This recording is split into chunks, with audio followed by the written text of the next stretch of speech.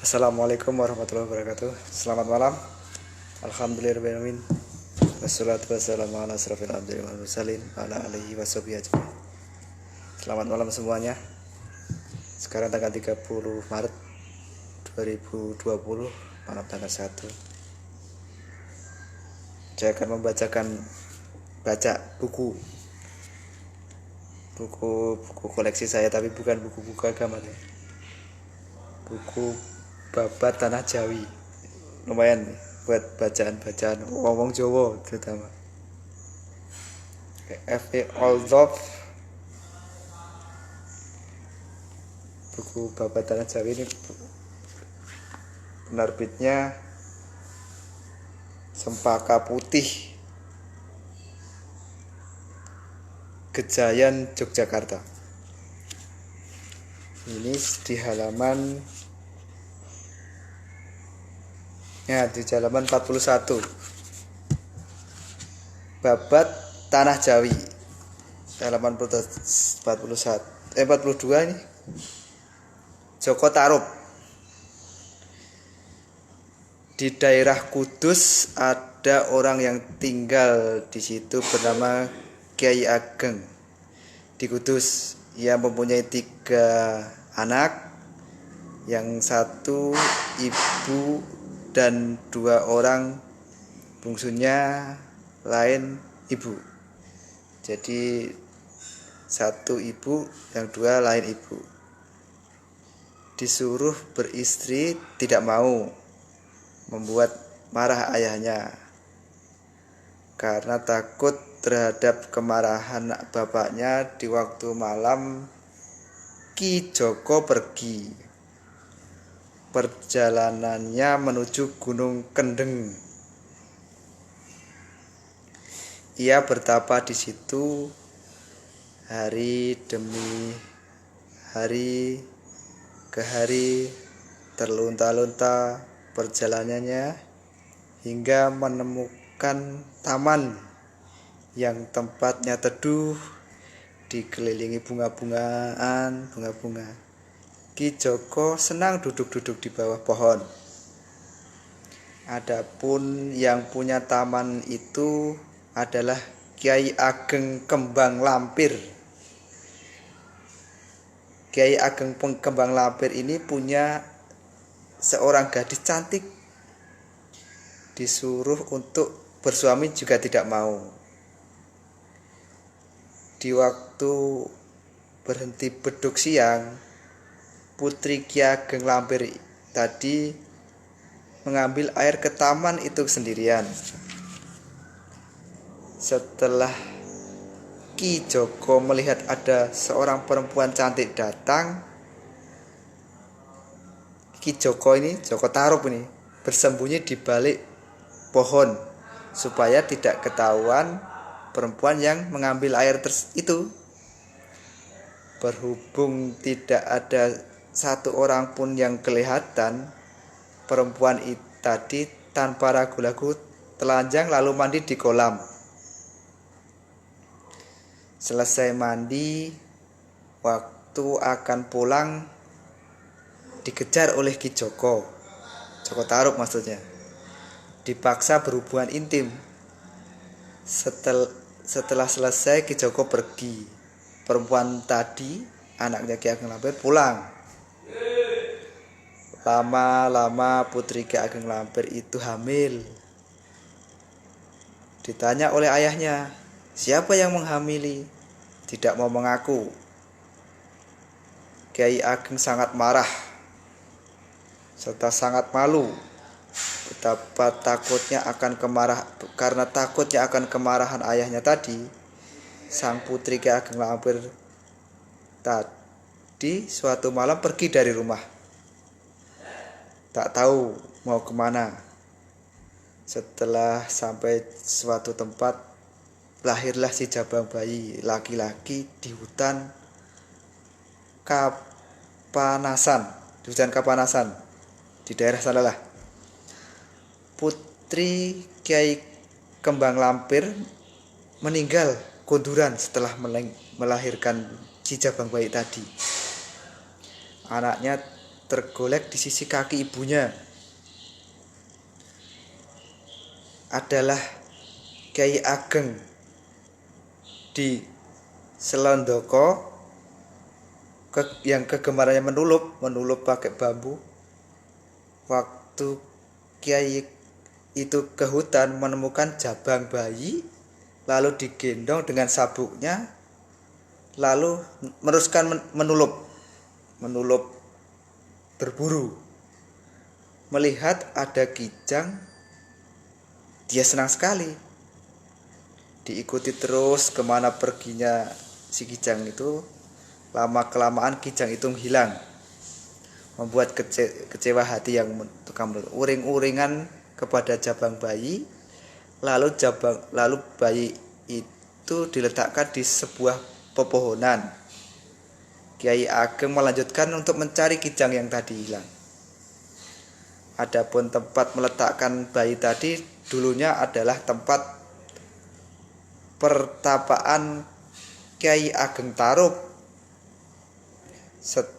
Sepeninggalan Kyai Ageng, istrinya yang menjanda tanpa anak masih bertinggal di situ. Bayi tadi dipungut oleh Nyai Rondo serta dipelihara. Setelah berumur 7 tahun, bayi laki-laki tadi kelihatan tampannya. Teman sepermainannya sangat sayang kepadanya itu, kepada semuanya. Kegemarannya menulup berburu ke hutan. Sampai saat dewasa mau dikawinkan, dia tidak mau. Ketika Ki Joko menulup di hutan, melihat burung aneh warnanya. Ia sangat tertarik, ditulup, tidak kena. Berpindah-pindah hinggapnya terus, diikuti kemana perginya, sampai di tengah hutan besar. Burung itu tidak kelihatan lagi. Di tengah hutan itu ternyata ada sendang, tempat pemandian para bidadari. Saat itu hari Selasa Kliwon. Ini menurut buku ini ya, menurut buku Babat Tanah Jawa ini ya, Joko Tarub nih. Saat itu hari Selasa Kliwon. Para bidadari turun mandi di sendang itu. Ki Joko bersembunyi. Para bidadari melepaskan pakaiannya di sana. Ki Joko tajam melihatnya, sangat terpikat oleh kecantikannya. Lalu satu di antara pakaian bidadari itu diambil, diculik, serta disembunyikan. Para bidadari tidak ada yang melihatnya, masih mandi bergembira ria. Ki Joko lalu berdehem. Para bidadari terkejut ada orang. Segera mereka mengambil pakaiannya lalu terbang masing-masing. Cuma ada satu yang namanya Dewi Nawang Wulan masih tertinggal di sendang, sebab pakaiannya tidak ada. Ki Joko mendekati si Nawang Wulan tadi. Nawang Wulan ditanya, bila mau diperistri akan diberikan pakaiannya. Karena bingung hatinya, Dewi Nawang Wulan pun terpaksa bersedia memenuhi permintaan Ki Joko Tarub. Pakaiannya pun segera diberikan. Nawang Wulan segera dibawa pulang untuk diperistri, menjadikan kegembiraan bagi Nyai Rondo di Tarub. Nyai Rondo ibu angkatnya tadi ya. Kemudian Nyai janda itu, Nyai Rondo Tarub meninggal. Anak angkatnya kemudian disebut Ki Ageng dari Tarub, sudah punya istri, seorang yang sangat cantik yang bernama Roro Nawangsih. Jadi Ki Ageng punya Nawang Wulan, punya anak namanya Nawangsih. Pada suatu hari, Dewi Nawang Wulan mau mencuci popok ke sungai. Suaminya diminta menjaga dandang tempat menanak nasi, serta dipesan dengan sungguh-sungguh jangan membuka sekali-kali dandangnya. Tutup dandangnya itu jangan dibuka. Setelah Dewi Nawang Wulan ke sungai, Ki Ageng, Ki Joko menunggu nasi sambil menjaga anaknya. Batin Ki Joko Tarub tadi, istrinya itu hanya diberi persediaan padi 1 lumbung, tetapi sudah cukup lama tidak berkurang. Ki Ageng tidak dapat menduga sebabnya. Terdorong rasa ingin tahu yang besar, seberapa yang ditanak ditutup dandang itu lalu itu dibuka. Di kukusannya hanya butiran padi. Ditutup kembali, dikembalikan seperti kala. Setelah datang Nawang Wulan, istrinya mengangkat tutupnya. Butir padi masih seperti sedia kala. Sengaja menjadikan si Dewi Nawang Wulan tadi marah istrinya. Ia menduga kalau tutupnya telah dibuka oleh Ki Joko Tarub, suaminya itu akan ditinggalkan pergi ke kayangan. Tetapi si Dewi sudah hilang kesaktiannya, tidak dapat kembali ke bidadarinya tadi. Sejak terbuka rahasia menanak nasi itu, terpaksa Dewi Nawang Wulan setiap pagi menumbuk padi. Lama kelamaan padinya dihubung habis. Sehabisnya padi itu, pakaian Dewi Nawang Wulan yang bernama Ananta Kusumo, pakaian bidadari yang dulu diumpetin Joko Tarub di pinggir sendang, ketemu di timbunan padi. Membuat marah sang Dewi, pakaiannya lalu diambil, dipakai, pulihlah kesaktiannya. Ia mengatakan kepada semuanya bahwa waktunya pergi ke kayangan telah tiba. Sudah diperintahkan tidak boleh berlama-lama untuk bersatu. Pesannya kepada suaminya, apabila anaknya menangis supaya dibawa naik ke panggung di bawahnya supaya dibakari jerami ketan hitam. Sang Dewi pasti akan turun menyusul anaknya. Menjadikan hati Joko Tarub sedih. Kiai Ageng Tarub lalu melaksanakan semua pesan Dewi. Setiap kali anaknya menangis, dibakar jerami seperti itu. Itulah kisah Ki Joko Tarub dari buku Babat Tanah Jawi. Selanjutnya Ki Joko Tarub udah. Ini banyak sekali nih, sampai 800 halaman.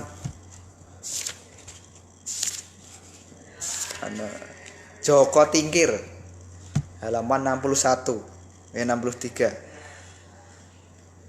Joko Tingkir masih di buku yang sama. Ceritanya Ki Ageng dipengging bernama Adipati Joyoningrat, terkenal sangat adidaya. Dia sangat disayang oleh Prabu Brawijaya di Majapahit, serta mendapatkan hadiah putrinya. Punya 2 putri, yaitu Ki Kebo Kanigoro dan Ki Kebo Kenongo. Setelah punya 2 anak itu, Adipati Joyoningrat meninggal. kedua putranya itu saling berselisih, Ki Kebo Kanigoro dan